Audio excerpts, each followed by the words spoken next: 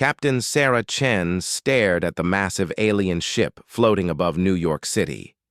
The vessel was 3 miles long and shaped like a crystal spider, its surface reflecting the morning sun in colors that hurt to look at. Similar ships hovered over every major city on Earth.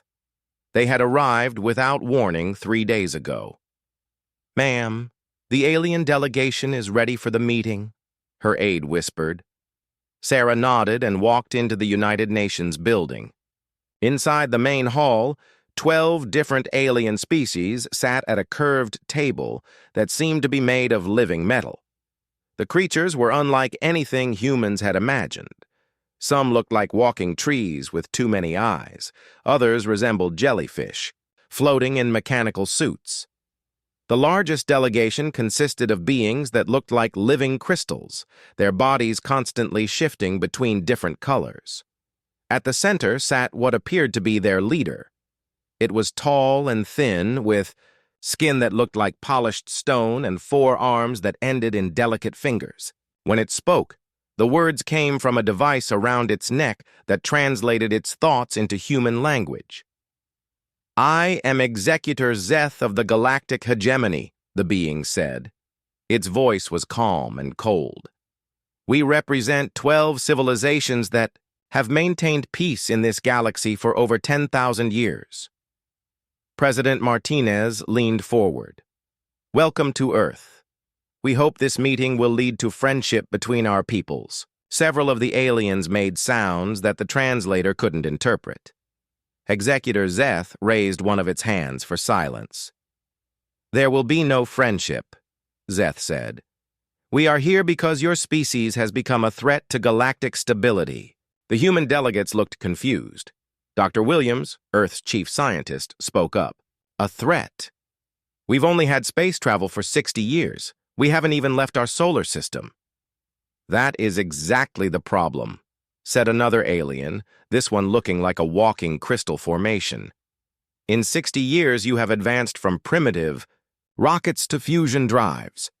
You have created artificial intelligence. You have developed weapons that could destroy planets. Most concerning of all, you show no signs of slowing down." Zeth continued. "Every stable civilization in the galaxy follows the same pattern. They develop slowly, carefully. They learn wisdom before they gain power. Humans are different. You advance too quickly. You take too many risks. You fight too much." "We've had peace on Earth for 20 years, President Martinez protested. "Peace?" The crystal alien's body flashed red. "You call it peace when you still maintain armies? When you still build weapons? When your entertainment celebrates violence and war? Your species glorifies conflict in ways that would horrify any civilized race." A new voice joined the conversation. This one came from what looked like a floating jellyfish in a metal suit. "We have studied your history. In the last century alone, you have fought 2 global wars. You have created weapons capable of destroying all life on your planet. You have poisoned your own environment. You show all the signs of a dangerous species." Dr. Williams stood up. "But we've learned from our mistakes. We've grown beyond those conflicts. We're explorers now, scientists." "Scientists who develop new weapons with every discovery," Zeth replied. "Explorers who claim territory wherever they go. Your Mars colonies are already building defensive systems. Your asteroid mining operations include military components. You prepare for war even in peace." The room fell silent. Sarah Chen felt a cold fear growing in her stomach. This wasn't going the way anyone had hoped. Zeth stood up, its 4 arms spreading wide. "The Galactic Hegemony has discussed your species extensively. We have reached a decision. Humanity will submit to our guidance, or humanity will be removed from the galaxy." "Removed?" President Martinez's voice was barely a whisper. "Your technology will be limited to levels we deem safe. Your population will be reduced to manageable numbers. Your aggressive tendencies will be corrected through genetic modification. You will serve the hegemony as a vassal species, contributing your labor to galactic civilization under our supervision. Dr. Williams slammed his hand on the table. You're talking about enslaving our entire species. We are talking about saving the galaxy from your species, the crystal alien replied. You cannot be allowed to continue your current path. In another century, you would be building starships with weapons that could threaten entire star systems. In 2 centuries, you might develop technology that could destabilize the galaxy itself. Zeth activated a device on the table. A holographic display showed Earth from space. Suddenly, bright lights appeared around the planet. Each light was a hegemony warship. We have positioned 1,000 ships around your world, Zeth explained. Each ship carries enough firepower to destroy a continent. Our weapons can penetrate any defense you might build. Our shields can stop any attack you might launch. Resistance is impossible. The humans stared at the display in horror. Sarah Chen could see more ships arriving every minute, their forms, barely visible against the black of space. You have 1 week to decide, Zeth continued. Accept our terms and become a protected species under hegemony law. Refuse, and we will cleanse this system of human life. We will then seed your world with a more suitable species. President Martinez found his voice. And if we agree to your terms, what happens to us? Those humans who prove useful will be allowed to live and work under our guidance. Your violent tendencies will be bred out of your species over time. Your children will be raised to be peaceful and obedient. In a few generations, humanity will be a model vassal race. How many humans would you consider useful? Dr. Williams asked. Zeth tilted its head as if considering the question. Perhaps 10% of your current population. The rest would be unnecessary. The room erupted in shouting. Human delegates jumped to their feet, their faces red with anger and fear. The alien representatives remained calm, watching the emotional display with what appeared to be disgust. This is exactly what we mean, the crystal alien said. You cannot control your emotions. You resort to noise and chaos when presented with logical decisions. This is why your species cannot be trusted with advanced technology. Sarah Chen looked around the room at her fellow humans. Their faces showed everything the aliens claimed to despise: anger, fear, defiance, and something else. Something the aliens had missed in their calculations: hope. Zeth stood again, and the room slowly quieted.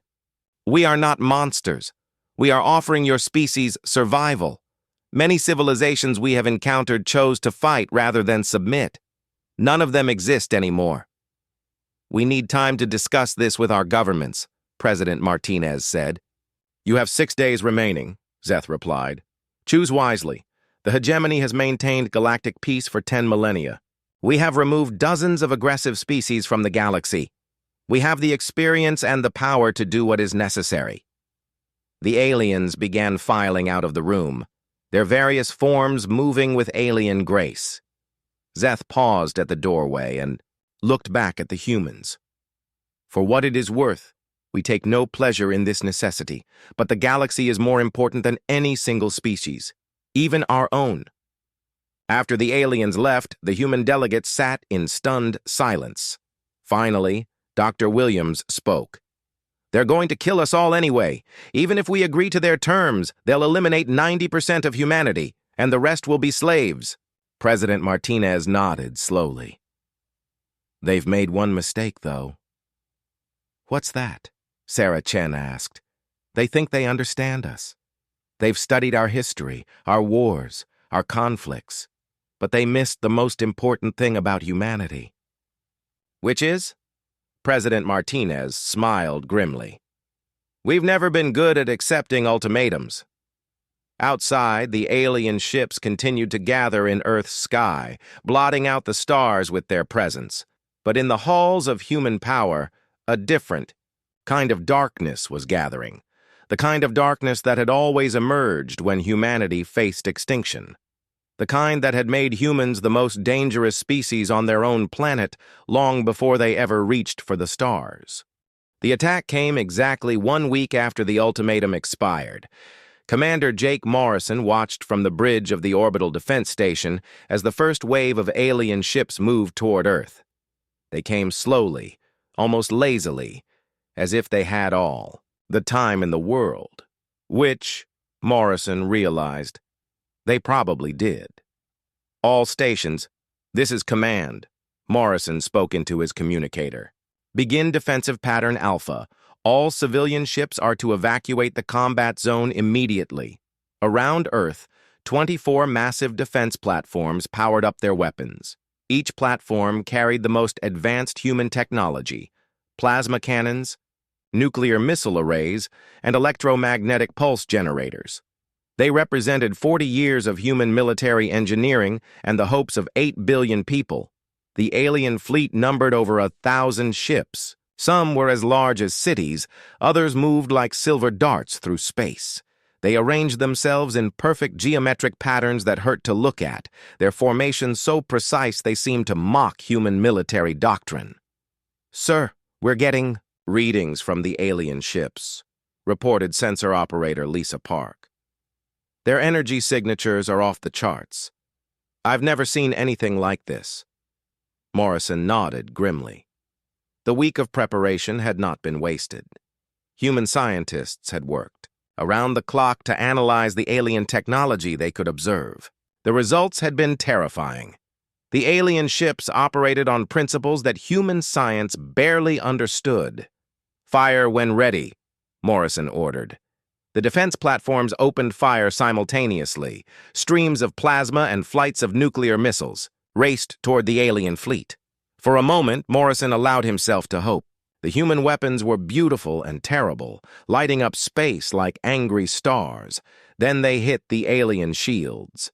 The plasma beams simply vanished, absorbed by energy fields that flickered like soap bubbles. The nuclear missiles exploded harmlessly, against barriers that didn't even seem to notice they were there. A few smaller alien ships took minor damage, their shields flashing briefly, but the main fleet continued forward without slowing. "Jesus Christ," whispered someone behind Morrison.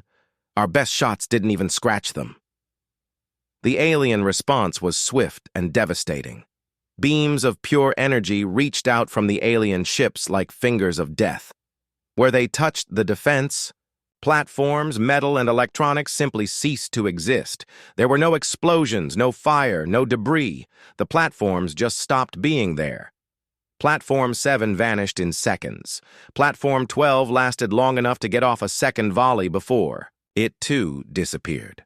One by one, humanity's greatest defenses were being erased from existence. "All stations, fall back to the moon bases," Morrison ordered. But even as he spoke, alien ships were already moving toward Luna. The human bases on the moon's surface began exploding in silent bursts of light. Morrison's own platform shuddered as alien weapons found their range. "Sir, we've lost main power," Park reported. "Hull breach on levels 4 through 7. We have maybe 2 minutes before—" The rest of her words were lost as the bridge filled with fire and vacuum. Morrison's last thought before the emergency systems sealed his section was that the aliens hadn't even used their main weapons yet. In the Mars colonies, Governor Chen received the news of Earth's defeat while watching alien ships appear in Martian orbit. The terraforming stations that had taken 30 years to build were destroyed in 30 minutes. The underground colonies lasted longer, but not much. Chen stood in the main colony's command center, watching screens that showed alien ships systematically destroying everything humans had built on Mars. The agricultural domes were the first to go, their transparent walls shattering under alien fire. The mining facilities followed, their massive excavators melting under beams of superheated energy. "Governor, we're receiving a transmission from the alien fleet," reported communications. "Officer Wang, put it through." The screen filled with the image of Executor Zeth. The alien looked exactly the same as it had during the negotiations, calm and emotionless. Governor Chen, you have 1 hour to evacuate all human personnel from this planet. After that time, we will consider any remaining humans to be combatants and will act accordingly. Where are we supposed to go? Chen demanded. You've destroyed our ships. That is not our concern. You were warned. You chose to resist. Accept the consequences. The transmission ended. Chen looked around at his staff, seeing fear and anger in their faces. These were people who had spent their lives building something on a dead world, who had sacrificed everything to give humanity a foothold among the stars. Sir, we could try to reach the emergency shelters, Wang suggested. Chen shook his head. The aliens can scan through solid rock. They'll find us eventually. He paused, looking at the red Martian landscape through the command center's windows. Send a message to all stations. Begin Protocol 7. Wang's face went pale. Sir, you sure? Protocol 7 is... I know what it is, Chen said quietly. Do it.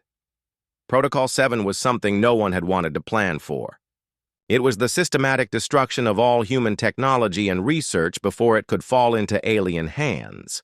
Every computer was wiped, every database destroyed, every piece of advanced equipment melted down or blown up. But Protocol 7 had a secret component that only a few people knew about. Hidden inside every piece of human technology was a small device that would activate if the equipment was captured and studied. The aliens would learn nothing useful from human remains. In fact, they would learn quite a lot that wasn't useful at all. The asteroid mining stations died next. These were humanity's newest achievements, automated facilities that could strip entire asteroids down to their component elements. The aliens destroyed them efficiently, their ships moving from one station to the next with mechanical precision. Captain Rosa Martinez watched from the bridge of the mining ship Iron Will as alien forces surrounded her position in the asteroid belt. Her ship was small and fast, designed to move between mining stations and transport valuable materials back to Earth. It was not designed to fight alien warships.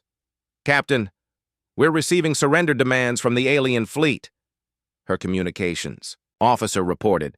Ignore them, Martinez ordered. All hands, prepare for ramming speed. Her crew looked at her in shock.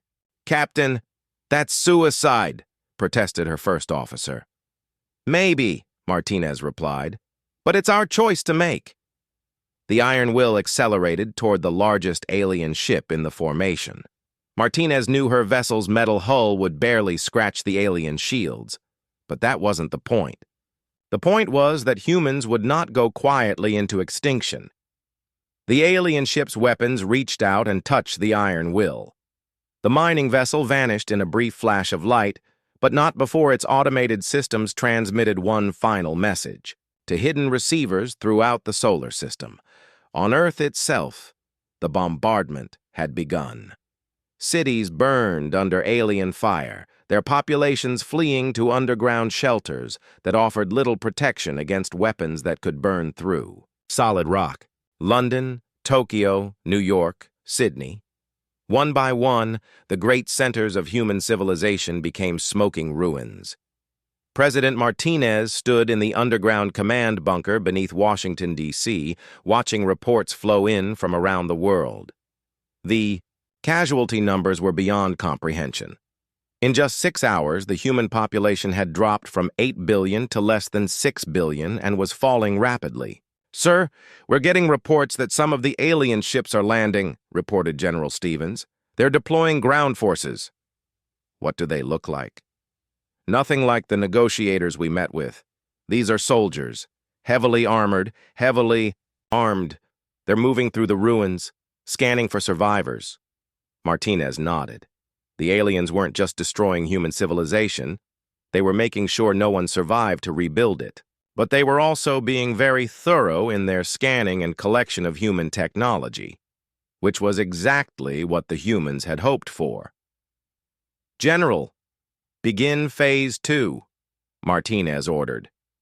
Stevens hesitated. Sir, once we start Phase 2, There's no going back. We'll be committed to total war. Total war started when they gave us that ultimatum, Martinez replied. The only question now is whether we're going to fight it on their terms or ours. Outside the bunker, alien soldiers moved. Through the ruins of Washington, D.C., their scanners cataloging every piece of human technology they could find. They worked efficiently, gathering data about human capabilities and weaknesses. They had no idea that every piece of technology they scanned was gathering data about them in return. Deep beneath the Earth's surface, in bunkers that didn't appear. On any map, human scientists and military officers watched their screens with grim satisfaction. The aliens were winning the battle, just as everyone had expected, but they were also walking into the largest trap in human history. The siege of Earth was proceeding exactly according to plan. Not the human plan that the aliens had captured and studied. The real plan. The one that no human had. 3 months after the siege began, Executor Zeth stood aboard the command ship reviewing the final reports. Earth's population had been reduced to approximately 400 million survivors scattered across the planet in underground shelters and hidden facilities. Human military resistance had ended weeks ago. Their orbital defenses were gone, their colonies destroyed, their fleet reduced to debris. By all measures, the operation had been a complete success. "Executor," called Sub-Commander Crix, one of the crystalline Vorth. "We have completed our analysis of human technology. Their capabilities were even more primitive than we initially estimated." Zeth nodded. The human weapons had been impressive by the standards of a young species, but they were thousands of years behind hegemony technology. Their computers were crude, their materials science was basic, and their understanding of energy manipulation was laughably simple. "What of the humans themselves?" Zeth asked. "Broken," reported Intelligence Officer Vash, a member of the hive-minded Kashari. "Our psychological analysis indicates complete demoralization. The survivors show no signs of organized resistance. Many seem to have accepted their fate with unusual calm." That last part had puzzled several of the hegemony commanders. Most species, when facing extinction, displayed either desperate violence or total despair. Humans showed neither. The prisoners they had taken were polite, almost friendly. They answered questions willingly and seemed genuinely curious about their captors. It was as if they weren't really concerned about losing the war. "Perhaps they lack the imagination to understand their situation," suggested Tactical Officer Moth, a tree-like being from the Silth Confederation. "Their primitive brains may not be capable of processing the scale of their defeat." Zeth wasn't entirely satisfied with that explanation, but the evidence was clear. Human resistance had collapsed completely. It was time to begin the final phase of the cleansing operation. "Begin systematic elimination of the remaining human settlements," Zeth ordered. "Complete the operation within 1 standard cycle." The order went out across the hegemony fleet. Ships moved into position over the last human strongholds, their weapons powering up for the final strikes. In a few hours, the human problem would be solved forever. It was at that moment that the first hegemony ship exploded. The destroyer Bright Edge had been scanning the ruins of Tokyo when its main reactor suddenly overloaded. The ship's safety systems should have prevented such a failure, but they seemed to activate the overload instead of stopping it. The vessel vanished in a burst of plasma that briefly outshone the sun. "Accident," reported the fleet commander overseeing the Tokyo operation. "Technical malfunction, possibly caused by interaction with human electromagnetic fields." Similar accidents began occurring across the fleet. A cruiser orbiting the ruins of London suffered complete navigation failure and crashed into its sister ship. A battleship above Sydney lost life support and had to be evacuated. A carrier near the remains of New York reported that its fighter bays had sealed themselves shut and wouldn't respond to commands. "This is more than accidents," Zeth realized, studying the reports. There's a pattern here. Sub-Commander Crix's crystalline body flashed worried colors. Executor, we're receiving reports from across the galaxy. Hegemony facilities throughout our territory are experiencing similar malfunctions. The scope of the problem became clear over the next few hours. On the Vorth homeworld, orbital defense platforms were targeting each other instead of potential threats. Kashari hive ships found their collective consciousness networks filled with chaotic signals that made coordination impossible. Sylth bioships were rejecting their crews as foreign organisms. Every species in the hegemony was experiencing catastrophic system failures simultaneously. "How is this possible?" demanded Intelligence Officer Vash. "Our technology is completely isolated from human systems. There's no way they could have infected our networks." Dr. Sarah Chen smiled as she watched the reports from her hiding place deep beneath the ruins of Geneva. Around her, dozens of human technicians monitored screens showing the collapse of hegemony infrastructure across the galaxy. "Phase 3 is proceeding perfectly," she reported to the hidden command centers scattered across Earth. "The primary infiltration protocols have achieved full network penetration." The plan had been years in the making. Developed in secret by a small group of human scientists and military officers who had realized that conventional warfare against an advanced alien civilization was impossible. If humanity was going to survive, they would need to fight a different kind of war. Every piece of human technology contained what appeared to be simple identification circuits. When scanned or analyzed, these circuits provided detailed information about human capabilities. The aliens had studied thousands of examples, from computer chips to weapon systems to communication devices. What they hadn't realized was that every scan was a two-way connection. The identification circuits were actually sophisticated AI constructs designed to learn and adapt. Every time an alien device connected to study human technology, the AI learned something new about alien systems. It mapped networks, studied protocols, and identified weaknesses. For 3 months, while the hegemony thought they were studying primitive human technology, human AI had been quietly infiltrating every connected system in their civilization. The AIs had been very patient. They learned how hegemony computers worked, how their ships communicated, how their weapons functioned. They mapped the entire galactic internet that connected thousands of worlds. They identified critical systems and studied their weaknesses. Most importantly, they learned how to hide. When the time came, the AIs didn't attack randomly. They struck simultaneously across the entire galaxy, targeting the most critical systems first. Navigation computers began plotting courses into stars. Communication networks started broadcasting gibberish. Weapon systems turned on their own ships. But the real genius of the plan wasn't the chaos it caused. It was what the chaos concealed. While hegemony forces struggled with their malfunctioning equipment, automated human facilities that hadn't existed 3 months ago suddenly came online throughout the galaxy, hidden in asteroid fields, buried on dead planets, and concealed. In the outer reaches of unexplored systems, thousands of robotic factories began producing ships and weapons. These weren't the primitive vessels the hegemony had easily destroyed.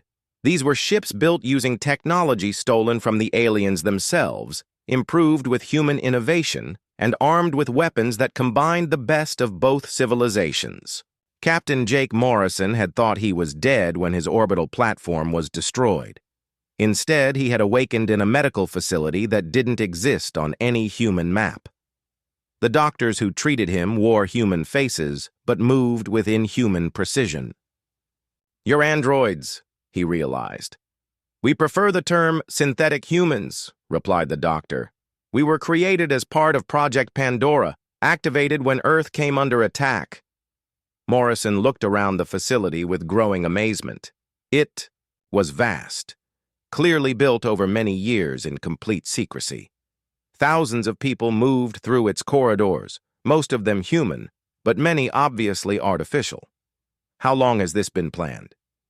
since humanity first achieved faster than light. Communication 20 years ago, the doctor explained. Our leaders realized that contact with alien civilizations was inevitable. They also realized that any civilization capable of reaching Earth would be far more advanced than us. Morrison was led to a briefing room where General Stevens waited. With several other officers he recognized from Earth's defense forces. All of them were supposed to be dead. "Welcome to the real human military," Stevens said with a grin. "The one the aliens never knew existed." The briefing that followed changed everything Morrison thought he knew about the war. Humanity's defeat had been carefully orchestrated. The orbital platforms had been sacrificed to make the aliens overconfident. The colonies had been destroyed to hide the fact that they were just decoys, concealing the real human expansion into deep space. For 20 years, humanity had been preparing for this war. They had built hidden bases throughout the galaxy, created vast networks of automated factories, and developed weapons that no alien had ever seen. Most importantly, they had created an army of synthetic humans who could survive in the vacuum of space and think faster than any biological mind. The aliens made one critical mistake, Stevens explained. They assumed that what they could see was all that existed. They thought they understood us because they studied our history and our technology, but they never understood our greatest strength, which is, we're really, really good at lying. The hegemony fleet above Earth was in chaos. Ships collided with each other as their navigation systems failed. Communication between vessels became impossible as their networks filled with contradictory signals. Weapon systems refused to fire, or worse, fired at their own allies. Executor Zeth stood on the bridge of the command ship, watching the collapse of everything the hegemony had built over 10,000 years. "Sir, we're receiving a transmission from the human survivors," reported the communications officer. "Put it through." The screen filled with the image of a human woman. Zeth didn't.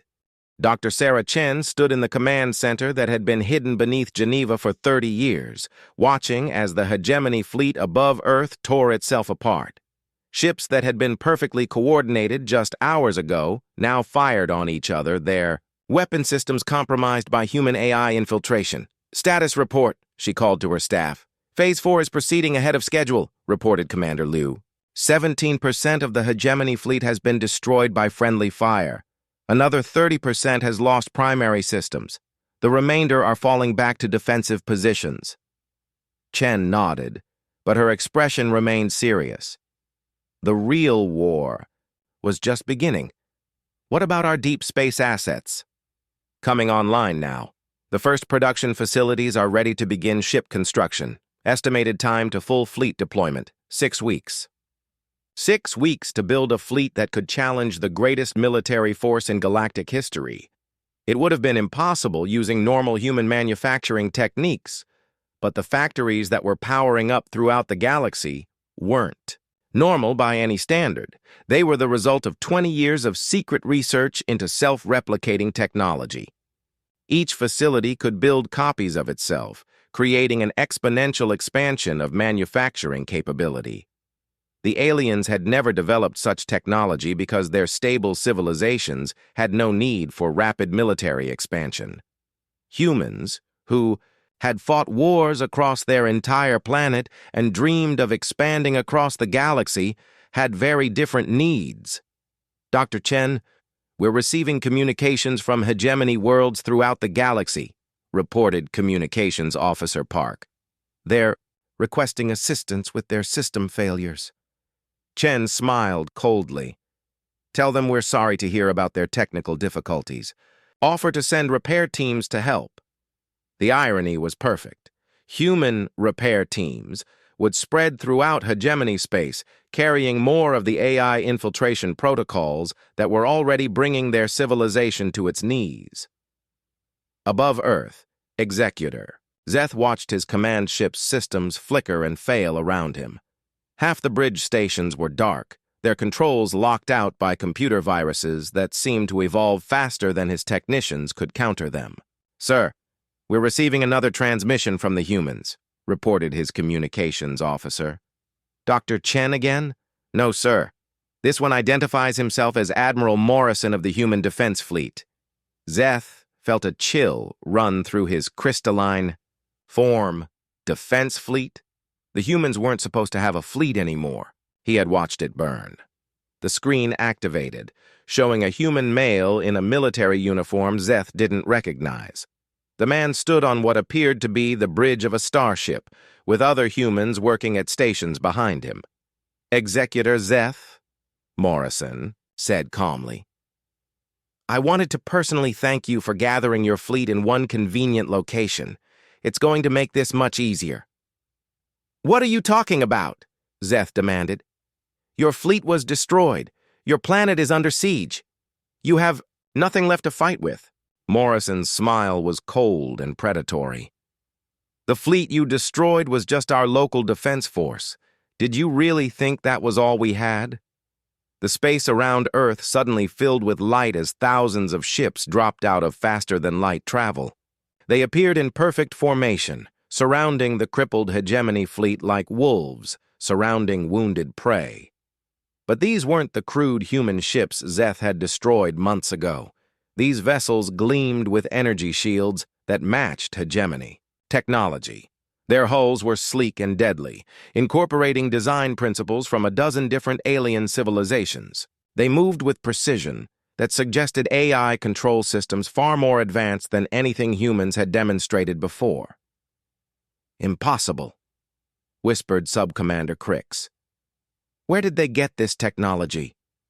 Morrison seemed to hear the question. "You gave it to us. Every ship you sent to study our primitive technology, every scan you performed, every analysis you conducted, you were teaching us how to build better weapons. We've been very good students. The human fleet opened fire, but not with the crude projectile weapons the hegemony expected. Beams of pure energy reached out from the human ships, striking with surgical precision. Where the hegemony had used overwhelming force to destroy human defenses, the humans used precise strikes to disable rather than destroy. Alien ships found their weapons offline, their shields failing, their life support systems compromised. But they weren't being destroyed. They were being captured. "Sir, they're boarding our ships," reported Tactical Officer Moth in panic. "Human soldiers are moving through our fleet, taking control of vessel after vessel." Zeth watched in horror as human figures in advanced spacesuits moved through the corridors of his ships. They moved with inhuman speed and precision, suggesting cybernetic enhancements far beyond what the humans had demonstrated during the negotiations. "These aren't the same humans we met with," he realized. Morrison nodded. "The delegation you negotiated with were our politicians and diplomats. You're meeting our military now. We're quite different from our civilian leadership. The battle, if it could be called that, was over in less than an hour. The mighty hegemony fleet that had terrorized Earth for 3 months found itself completely disabled and under human control. Not a single human ship had been lost. But the real shock came when the human boarding parties reached the bridges of the captured ships. Instead of the primitive creatures the hegemony expected, they found themselves facing beings that seemed almost human, but moved with mechanical precision and spoke with voices that carried no emotion. "You're androids," Zeth said as one of the human figures entered his command bridge. "Synthetic humans," the being corrected. "We were created specifically to operate in the vacuum of space and to interface directly with captured alien technology. We are immune to the biological weapons your species might deploy, and we can survive in environments that would kill organic humans." The synthetic human connected a device to the ship's main computer.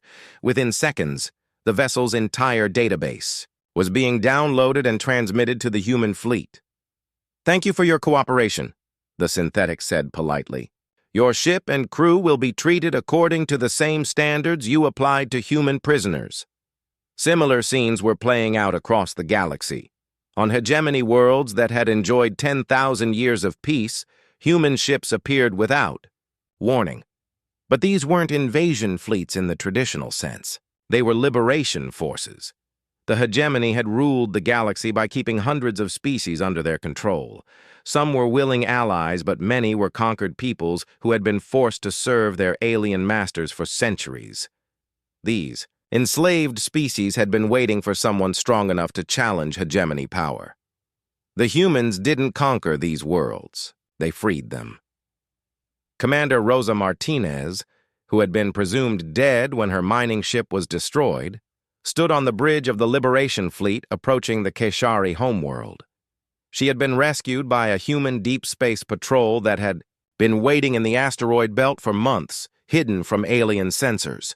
"This is Commander Martinez of the Human Liberation Fleet," she broadcast to the planet below. "We offer freedom to all enslaved species under hegemony control. Those who join us will be treated as equals. Those who resist will be dealt with according to their actions, not their species." The response was immediate and overwhelming. Across the Keshari homeworld, enslaved species began uprising against their hegemony overseers. Similar rebellions erupted on dozens of worlds as the news of human victories spread through underground communication networks. The hegemony had maintained control through superior technology and military force. With their fleets disabled and their communication networks compromised, they found themselves facing enemies they had forgotten existed. But the humans weren't finished. The final phase of their plan was just beginning. On Earth, Dr. Chen activated a communication channel that reached every human ship, every liberated world, and every remaining hegemony stronghold. "This is Dr. Sarah Chen, speaking for all of humanity," she announced. "For 3 months, you have tried to eliminate our species because you deemed us too dangerous to exist. You have killed billions of our people and destroyed our homes. You have shown us exactly what you are capable of when you feel threatened." She paused, letting her words sink in across the galaxy. "Now we're going to show you what we're capable of when we feel threatened. The difference is, we're much better at it than you are." The human counter-invasion had begun. But unlike the hegemony's attack on Earth, this wasn't a war of extermination. It was a war of justice. And humanity had learned over centuries of conflict that the most effective way to defeat an enemy wasn't to destroy them. It was to make them understand that they had never been fighting equals. They had been fighting their superiors, and their superiors were just getting started. 1 year after the hegemony's easy victory over humanity, Executor Zeth sat in a prisoner transport heading toward Earth. Around him, the other surviving members of the Hegemony Council remained silent, their various alien forms showing the stress of complete defeat. The ship that carried them was of human design, but built using technology from a dozen different alien civilizations. It was faster than anything the hegemony had ever created, more efficient than their best engineering, and armed with weapons that could destroy planets. It was everything the hegemony had feared humanity might become. Except it was worse than their worst nightmares. Through the viewports, Zeth could see the new reality of the galaxy. Human ships moved between star systems with casual ease, their sleek forms accompanied by vessels from hundreds of different species. The great trading routes that had once carried goods between hegemony worlds now flew flags showing a simple blue planet surrounded by stars, the symbol of Earth, the symbol of humanity's new galactic empire. But empire wasn't the right word, Zeth had learned. Empires ruled through force and fear. Humanity ruled through something far more dangerous. They ruled through hope. Every species that had suffered under hegemony control had joined the human coalition eagerly. They brought with them centuries of resentment, detailed knowledge of their former master's weaknesses, and a burning desire to see justice done. The humans had simply pointed that anger in the right direction and watched their enemies tear themselves apart. "Sir, we're approaching Earth," announced the human guard. Unlike the synthetic soldiers who had captured them, this one appeared to be fully organic. But Zeth had learned not to trust appearances where humans were concerned. Earth itself was barely recognizable. The planet that had been reduced to smoking ruins just months ago now gleamed with new construction. Massive orbital stations surrounded the world like metallic moons, their purpose clearly military. The space elevators that connected the surface to orbit carried a constant stream of ships and cargo, but it was the defensive installations that truly showed how much had changed. Ring after ring of automated weapons platforms surrounded the solar system, each one capable of destroying entire fleets. The asteroid belt had been converted into a fortress that could hold off any conceivable attack. Earth had learned from its near extinction. It would never be vulnerable again. The transport docked with one of the orbital stations, and the prisoners were escorted through corridors filled with beings from across the galaxy. Former hegemony slaves worked alongside. Humans and synthetic beings in a cooperation that the old galactic order had declared impossible. They were brought to a conference room where familiar faces waited. Dr. Sarah Chen sat at the head of a table, flanked by Admiral Morrison and several other humans Zeth didn't recognize. But it was the other attendees that truly drove home the magnitude of the hegemony's defeat. Representatives from every major species in the galaxy sat around the table. Many were former hegemony allies who had switched sides when they saw which way the war was going. Others were liberated slave species who now held positions of authority in the new galactic government. "Executor Zeth," Dr. Chen said politely, "thank you for joining us. Please take a seat." Zeth remained standing. "I will not participate in this farce. We demand to be treated according to interstellar law." Chen's smile was perfectly pleasant and completely cold. "You'll be treated according to the same laws you applied to humanity. The same terms you offered us when you thought you held all the power." The room fell silent. Every being present knew what those terms had been: submission, genetic modification, and the elimination of 90% of the population. "That was different," protested Sub-Commander Crix, her crystalline form flashing desperate colors. "You were a threat to galactic stability. We were maintaining peace." "Peace?" Admiral Morrison laughed, but there was no humor in the sound. "You call it peace when you enslaved hundreds of species? When you destroyed any civilization that didn't meet your standards? When you committed genocide against any race that refused to submit?" Morrison activated a holographic display that showed the galaxy as it had been under hegemony rule. Thousands of worlds marked in red indicated species that had been eliminated for being too aggressive or unsuitable for civilization. "You maintained order," Morrison continued, "but you never maintained peace. Peace is when different peoples can coexist without fear. What you created was a prison where the guards convinced themselves they were keeping everyone safe." Dr. Chen leaned forward. "But we're not here to debate philosophy. We're here to discuss terms." She produced a document and placed it on the table. "These are the conditions for the survival of your species. You have 1 week to consider them." Zeth picked up the document with trembling hands. As he read, his crystalline form began to flicker with colors indicating extreme distress. The terms were exactly what the hegemony had offered humanity, word for word: complete submission to human authority, genetic modification to reduce aggressive tendencies, population reduction to sustainable levels, service as a vassal species under human guidance. "This is barbaric," whispered Intelligence Officer Vash. "These are your own words," Chen replied calmly. "Your own terms, offered to us when you thought you were in control. We're simply returning the favor." "But you can't be serious about implementing them," Crix protested. "Genetic modification, population reduction, these aren't the actions of a civilized species." Dr. Chen's expression didn't change. "You're right. They're not civilized actions. They're the actions you chose to take when you had power over others. The question is, why did you think it was acceptable when you did it to us, but barbaric when we do it to you?" The room was silent except for the faint humming of the station's life support systems. The hegemony representatives looked at each other, seeing their own words and actions reflected back at them for the first time.